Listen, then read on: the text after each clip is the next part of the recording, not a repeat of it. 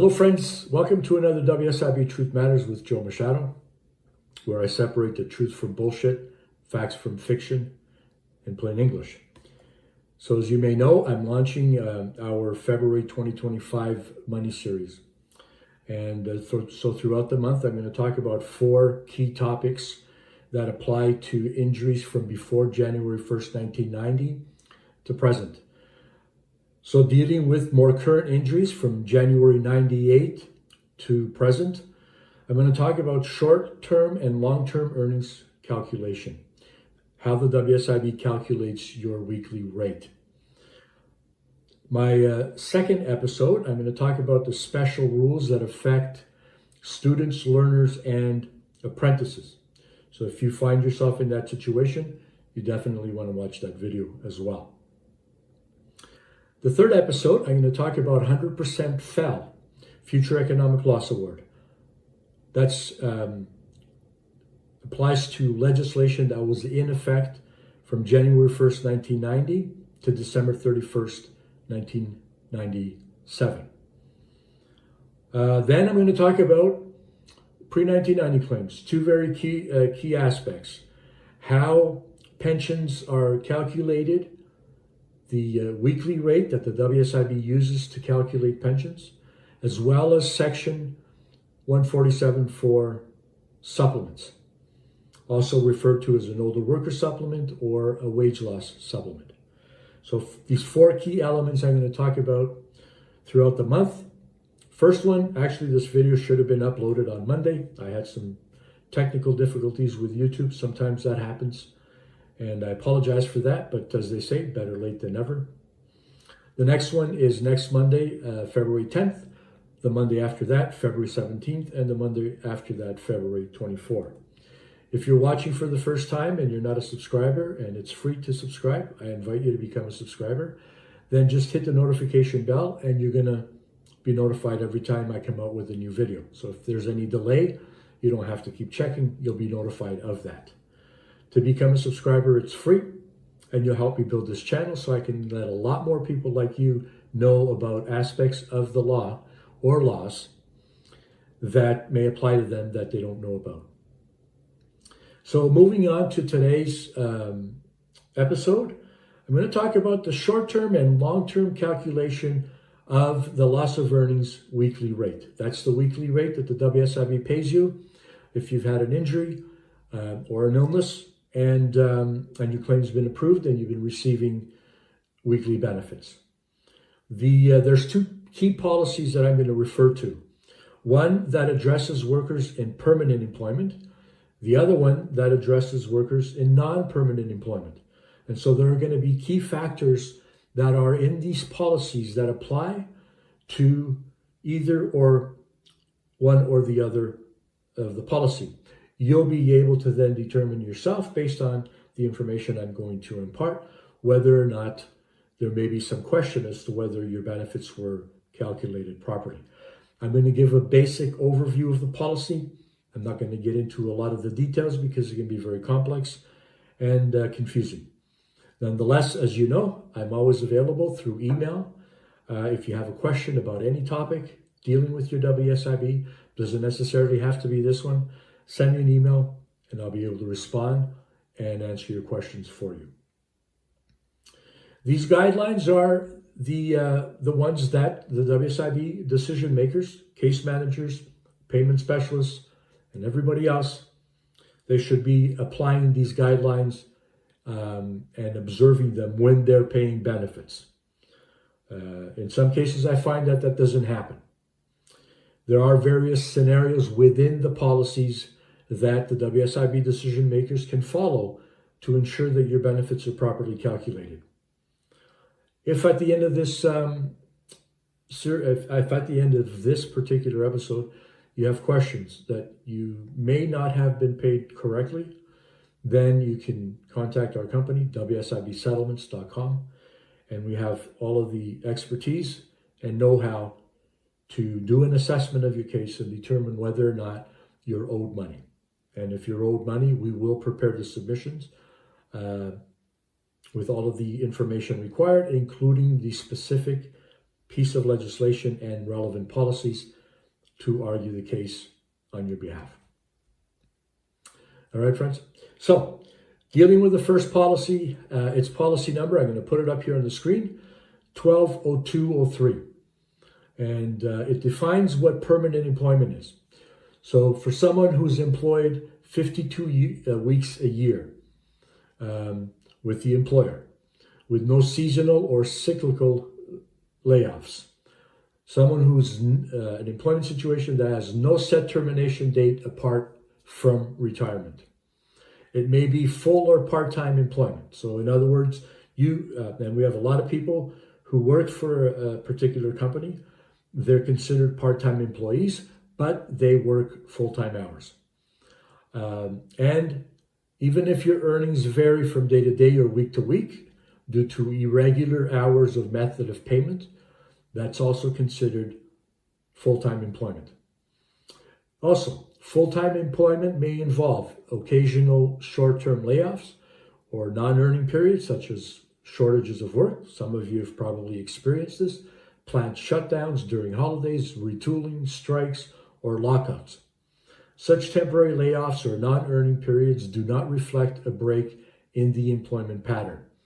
So in other words, the employment pattern for the 52 weeks will not be shortened as a result of some of these periods where you're not working. And finally, workers in permanent employment may also include workers whose salary is based solely on commissions or drivers paid by the mileage. For example, you're in a sales job and your entire remuneration is commission-based, or if you're a driver and you get paid by the mileage, then you're also considered a worker to be in permanent employment. So the next piece of the policy deals with 3 employment issues. So one of them is when to conduct a recalculation. The short-term average earnings may not necessarily reflect your long-term average earnings and the recalculation period. So I'm going to put that up on the screen so I can go through it with you. So generally, a worker's long-term average earnings are the same as the worker's short-term average earnings, and a recalculation is not necessary. So basically what that means is that your earnings throughout your period of employment, they're the same throughout the year. So therefore, there wouldn't be a requirement to recalculate your earnings unless your earnings, your short-term average earnings, aren't reflective of your long-term earnings profile. And what that means is that if you had prior earnings that are not included in the short-term average earnings, or you worked overtime that is not included in the short-term average earnings, or you earned irregular bonuses or commissions, or experienced temporary layoffs due to work shortages, retooling, or holiday shutdowns, those earnings, if they need to be captured so that you are paid properly based on your entire earnings for the year, as opposed to the earnings for just the 12 weeks.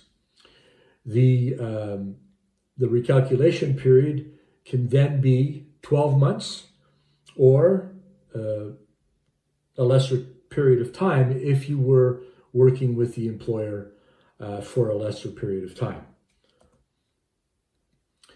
Other aspects of the policy that also are important and that can factor in to how the earnings are calculated are extending the recalculation period.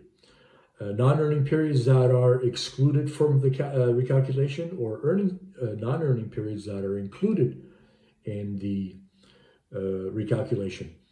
The method of calculation, how it's performed, the WSIB actually has an example on the policy as to how they perform the calculation for a particular worker as an example, so you'll be able to see how that's done. And it talks about the policy as it applies to severely impaired workers. To be considered a severely impaired worker, you must have a 60% non-economic loss award or higher.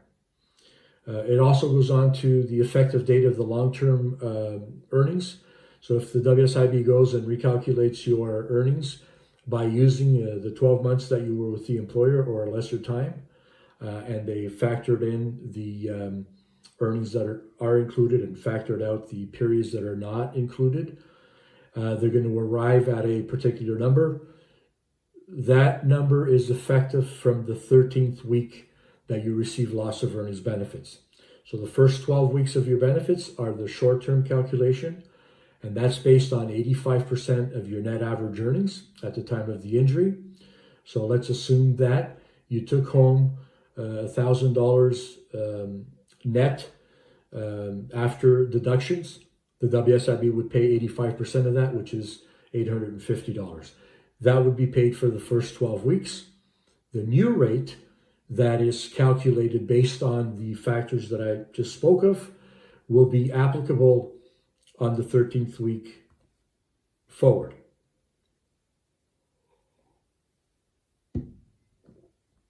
Okay, so now I'm going to talk about the policy that deals with workers in non-permanent employment, what the WSIB considers to be non-permanent employment, and how the earnings are calculated. So I'm going to put up the policy here. This policy is 180204. Non-permanent employment is employment where a worker is hired for a specific period of time or for a temporary period through a union hall, such as with a lot of construction workers are hired through their union hall, and they may go for to work for an employer for 3 or 4 weeks. They go, then the job is over. Then they get asked by another employer to go work for them for 6 months, and that job's over. Then they get asked by another employer, and so on and so forth. That is considered, or a person in that position will be considered a non-permanent employment worker. Workers in non-permanent employment can also include contract workers. So if you have a specific contract for a period of time that you're going to work for a particular company, at the end of that contract, there's no more working relationship, then you would be considered in non-permanent employment. If you're a seasonal worker or a cyclical worker, if you work in a farm, for example, in the summertime, or if you work in the fall, or at specific times throughout the year, then those would be considered situations where it's non-permanent employment, because there isn't that 52-week where you're working for an employer and there really is no date that your work is over until retirement, or except for the retirement date. And also workers that are hired through temporary agencies, and there's a lot of that these days. That's also considered work in non-permanent employment. The recalculation method is the WSIB establishes the recalculation period, and then they add up the total earnings from all employment during the recalculation period. Also includes employment insurance benefits. Often there are claims for employment insurance benefits when you're in between jobs. They subtract the non-earning periods, which should be excluded from the recalculation period, and that'll shorten that recalculation period, which can actually be a benefit. And then they divide the earnings by the resulting weeks or days in the recalculation period to produce a weekly long-term average earnings amount. So, if you're basically, you work for an employer for 3 months, then you have EI and you're on EI for, let's say, 3 months, then you work for another employer, and then you have EI after that. The WSIB will take all of that into consideration to determine how your long-term average earnings is a fair representation of what you actually earn from employment. The policy also talks about other considerations, such as the break in employment pattern. So it defines how they create that break in employment pattern to eliminate certain periods from the calculation, non-earning periods that can be included in the calculation, non-earning periods that are excluded from the calculation, the temporary long-term average earnings, and workers, for example, it's their first job, and there's no other employment history, so the policy addresses that particular scenario. The effective date of the long-term earnings calculation and when it's payable, so that would be your 13th week following the 12 weeks of LOE, and then the obligation to provide information, and that's applicable in both policies. You should also know that both workers and employers have a right to request the earnings recalculation, and in order to do that, the WSIB requires pay stubs, T4 slips, assessments from Revenue Canada, any information that you have that can prove what your earnings were for specific periods of time. And at that point, the WSIB can go ahead and do the recalculation. If you still have questions about it, as I said at the beginning of the video, we have handled many of these and are well versed on these rules and what to look for in order to put together the proper submissions to have the WSIB affect a recalculation of the earnings. So if you are in a situation where you believe that you may have been underpaid, then by all means get in touch with us at WSIBsettlements.com, as you can see here below. And we have a process in place to do all of that for you and to make sure that your earnings were properly calculated from day one. And you may in fact be entitled to retroactive monies. And we've seen a lot of that happen. Okay, so I hope that this was informative. I tried to keep everything kind of basic, but if it's something that you want to read up on, you have the number of the policy, go and have a look at it, read up on those sections, and if you still have questions, send me an email at joemachado@wsibsettlements.com, and I'll be happy to address your concerns. All right, so coming up next Monday on February the 10th, I'm going to talk about special rules that apply to students, learners, and apprentices. So if you were in any one of those situations when you were injured, there are special rules that the WSIB must follow to calculate your benefits.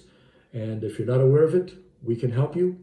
We have been successful in getting significant arrears monies for injured workers that we were able to demonstrate they were either a student, a worker, or a student, a learner, or an apprentice, and that their earnings should be recalculated. All right, friends, so looking forward to the next episode, and thank you again for taking the time to watch this video.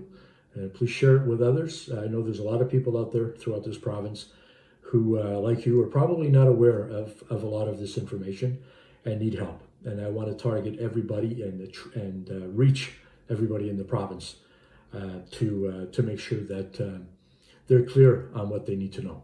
Unfortunately, the WSIB doesn't do a very effective job at doing that. That's been what I've experienced over the last 30 years in dealing with them.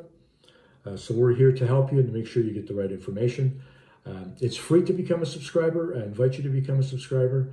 And it's also free to share.